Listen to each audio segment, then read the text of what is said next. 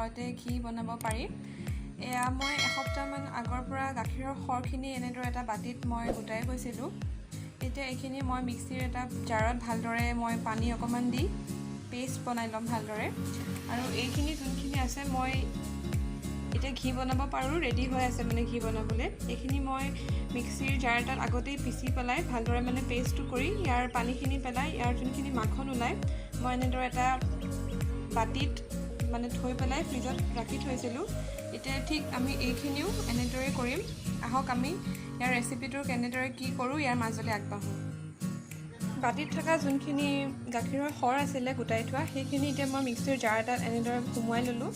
আৰু এই বাতিটো ভালদৰে আওখালি পেলাই মই পানী অকণ ইয়াত দি দিম। মই ইয়াত মানে ফ্ৰিজৰ পানী ব্যৱহাৰ কৰিম, যিহেতু ইয়াত এইখিনিও ফ্ৰিজত থোৱা হৈছিল, গতিকে ইয়াত আমি ফিল্টাৰ পানী ব্যৱহাৰ কৰাত থাকি নৰ্মেল পানী মানে ফ্ৰিজৰ পানীটো ব্যৱহাৰ কৰিব। ইয়াত মই পানী অকণমান কম হোৱা যেন লাগি মই আৰু অকণমান ইয়াত পানী দি দিম।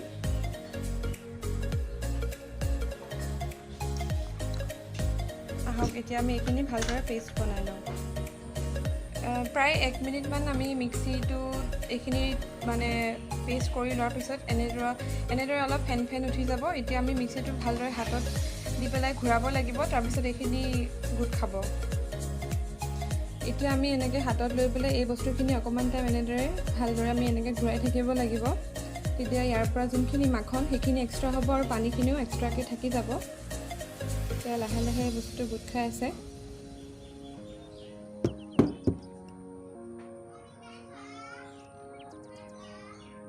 এনেদৰে আমি অকণমান টাইম এনেদৰে ঘূৰাই থাকিব লাগিব, তেতিয়া এই বস্তুটো গোট বান্ধি যাব। এয়া আপোনালোকে দেখিব পাইছে কেনেদৰে এইখিনি মই হাতেদি অকণমান ছাইড কৰি দিলোঁ। এই বস্তুখিনি কেনেদৰে বেলেগ হ'ল আৰু ইয়াৰ পানীখিনি কেনেদৰে এক্সট্ৰা হৈ গ'ল। এতিয়া আমি ইয়াৰ যোনখিনি মানে মাখনখিনি আমি অকণমান ভাল পানীত আকৌ অকণমান ধুই ল'ম। তাৰপিছত আমি ইয়াৰ কেৰাহীত বহাই দিলে আমাৰ হৈ যাব ঘি ৰেডি।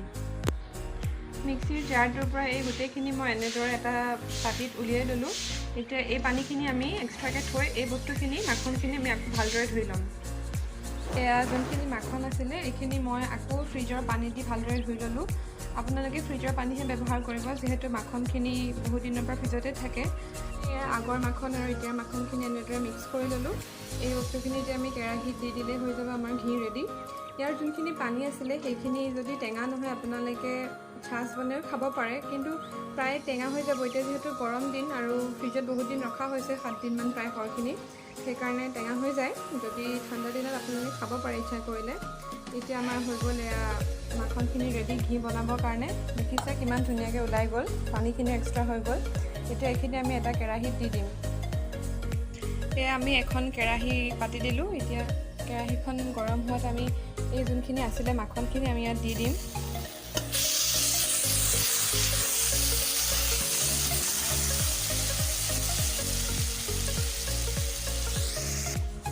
কেৰাহীত দি দিয়াৰ পিছত আমি অকণ সময় এইখিনি এনেদৰে লৰাই দিম।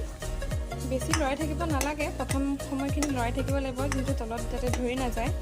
গেছটো আমি ল' হাই কৰি থাকিব লাগিব, বেছি হাইটো দি থ'লে জ্বলি যোৱাৰ চান্স থাকে। সেইকাৰণে ল' হাই কৰি থাকিব আৰু অকণ সময় এইদৰে ভালদৰে এইখিনি গলালৈকে লৰাই থাকিব।